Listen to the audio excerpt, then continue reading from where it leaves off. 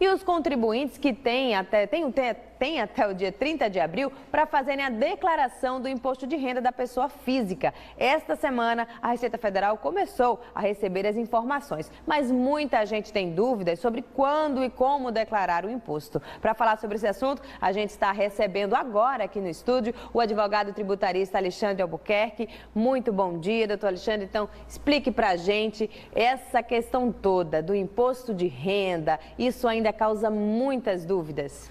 Bom dia para você também, Priscila. Bom dia para quem está nos assistindo.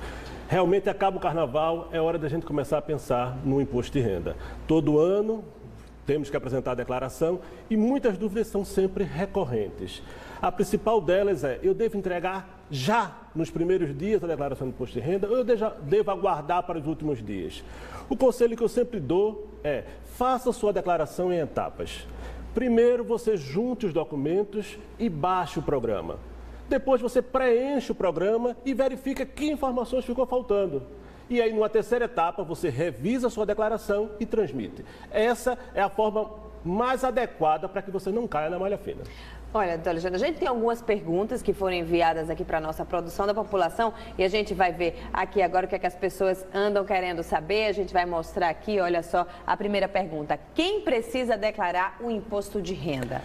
A declaração de imposto de renda ela é obrigatória para quem recebeu mais de R$ 28.559 de rendimentos tributáveis ou mais de 40 mil de rendimentos isentos, ainda outras categorias, como o produtor rural, esse que faturou mais de 142 mil também está obrigado, como também está obrigado a declarar todos aqueles que têm bens superiores a 300 mil reais. Há diversas outras categorias, mas essas são as principais categorias daqueles obrigados a entregar a declaração de imposto de renda. E esse cálculo é do ano todo, né? Esse cálculo é do ano todo. Juntando os 12 meses tem que chegar a esse valor. O que não significa necessariamente que quem recebeu menos de 28 mil não possa entregar a declaração.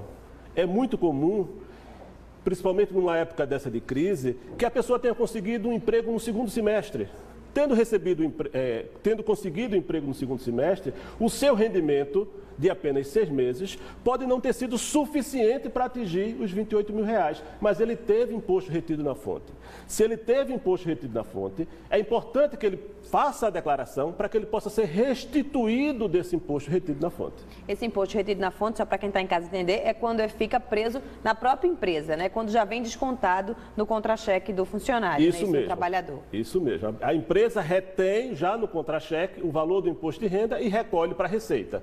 Então, no momento da declaração agora, eu vou recalcular o meu imposto, ver se realmente aquela retenção foi a maior ou a menor do que o efetivamente devido. Em tendo sido a maior, a Receita vai me restituir. Em tendo sido a menor, eu terei que complementar. A gente tem outra pergunta, doutor Alexandre, vamos ver agora qual é essa dúvida. Adquiri um imóvel ou um bem de alto valor no ano passado, e aí, devo declarar? Como eu tinha dito um pouco antes, todos aqueles que possuem bens de valor superior a 300 mil reais estão obrigados a declarar, ainda que não tenham tido rendimentos isentos ou tributados. Isso é uma dúvida, né? Muito comum, né? Até quem compra carro, vende carro, isso tudo tem que ser dito, né? Isso tudo tem que ser dito. A declaração de bens hoje ela é bem ampla e com informações bastante detalhadas. Nos imóveis eu vou ter que informar o endereço completo, inclusive a informação do IPTU, o sequencial que a Prefeitura usa para a cobrança do IPTU. Nos veículos eu vou ter que informar o RENAVAN. Então, há um conjunto de informações bastante detalhada na declaração de bens e onde a gente observa uma maior dificuldade, muitas vezes, de prestar essa declaração, porque as pessoas estão muito mais habituadas a prestar a informação do rendimento e esquecem dos outros quadros da declaração de imposto de renda, e um importantíssimo é o de bens e direitos. No caso de um casal que paga junto o carro, paga junto o apartamento, nesse caso só um vai poder declarar, mesmo que a renda seja dos dois. Sim. O casal ele pode optar pela declaração conjunta. Então, os dois, na mesma declaração, informam seus rendimentos e seus bens. E podem optar por uma declaração separada. Em optando pela declaração separada, os bens vão constar apenas da declaração de um dos cônjuges. O outro vai informar apenas os rendimentos e calcular seu imposto. Não pode botar nos dois, porque senão cai na malha fina. Exato. Vamos para uma próxima pergunta? Quais os principais erros cometidos pelos contribuintes? O que eu tenho observado bastante no dia a dia é que o principal erro é a não informação de rendimentos. Quem troca de emprego, então eu trabalhei no primeiro trimestre numa empresa, no final do ano eu estava trabalhando em outra, então chega agora na hora de pegar a declaração de rendimentos, eu pego apenas da empresa que atualmente eu estou trabalhando e esqueço de retornar à primeira empresa para buscar a informação do rendimento recebido lá e não presto essa informação na declaração. Esse é um caso clássico que cai na malha fina e acaba tendo a sua restituição adiada até que ele corrija os erros. A gente tem agora, há pouco, nesse ano passado, teve eleição, muita gente que faz assim, aquele trabalho temporário, isso também precisa ser informado. Isso também. Todo e qualquer rendimento, seja ele com vínculo empregatício, seja ele sem vínculo empregatício. Porque a pessoa que pagou provavelmente vai informar a Receita. Então tem como a Receita chegar até você, não é isso? Sim. As empresas tiveram até o dia 28 de fevereiro que informar a Receita todos os pagamentos realizados ao longo do ano para pessoas físicas. Então a Receita hoje já detém um conjunto de informações dos rendimentos obtidos por cada pessoa física. O que ela vai agora é confirmar se esses rendimentos informados pelas fontes pagadoras foram declarados pelas pessoas que receberam esse rendimento. A Receita, este ano, está fazendo esse processamento da declaração, que é a checagem desses dados, no mesmo dia. Então, a declaração é entregue hoje pela manhã, à noite ela é processada e amanhã eu já vou ter condições de saber se minha declaração foi preenchida corretamente ou se havia algum erro, alguma falta de informação. E a Receita disponibiliza essa informação no seu site. Essa é uma das novidades, né? Que inclusive é uma das nossas perguntas, acho que é isso que o pessoal também quer saber, não é isso? A próxima pergunta, olha, qual a principal novidade deste ano? Seria essa, na sua opinião? Diria que sim, eu diria que essa é a principal novidade. Do ponto de vista do programa, há a obrigatoriedade de informação do CPF dos dependentes. Essa informação não era obrigatória para os menores de 8 anos, até o ano passado.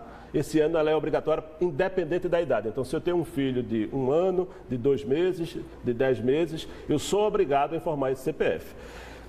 Não diria que isso é uma grande preocupação, porque hoje, quando eu vou tirar a certidão de nascimento do meu filho, junto com a certidão, já sai o CPF. Então, na própria certidão de nascimento, você vai poder identificar o número do CPF do seu filho e informar esse CPF na declaração de imposto de renda. Isso mesmo. E no caso daquelas pessoas que até ajudam, né, o pai a pagar uma escola, um plano de saúde, elas não podem declarar essa criança como dependente, né? Tem que realmente estar constando na certidão que você adotou ou que você é o pai dessa criança. Isso acontece muito, né? Isso. As despesas que vão constar da declaração são as despesas do próprio declarante ou de seus dependentes. Se eu ajudo alguém, um conhecido, um sobrinho ou uma pessoa qualquer, pagando sua escola, apesar de ter gasto com a escola daquela pessoa que eu estou ajudando, aquela informação não será dedutível na minha declaração porque ele não é meu dependente. Isso. Vamos para uma última pergunta? Vamos ver agora. E se eu perder o prazo de entrega da declaração, o que acontece? Se eu não entregar até 30 de abril, eu vou estar sujeito a uma multa de 1% do valor do imposto devido. Essa multa ela tem um valor mínimo de R$ 165 e um valor máximo equivalente a 20% do imposto devido. Essa é a primeira punição que eu vou sofrer. A segunda punição é que quando eu venha a apresentar essa minha declaração, se eu tinha imposto a pagar, a complementar, eu já vou complementar esse imposto com multa e juros também. Porque é importante lembrar que a primeira parcela de quem tem que pagar o complemento de imposto de renda vence no dia 30 de abril. Então, nada de perder esse prazo, né? Doutor Alexandre, um prazer tê-lo aqui. Muito obrigado. Espero que a gente tenha ajudado bastante as pessoas de casa. O prazer é todo meu. Até a próxima.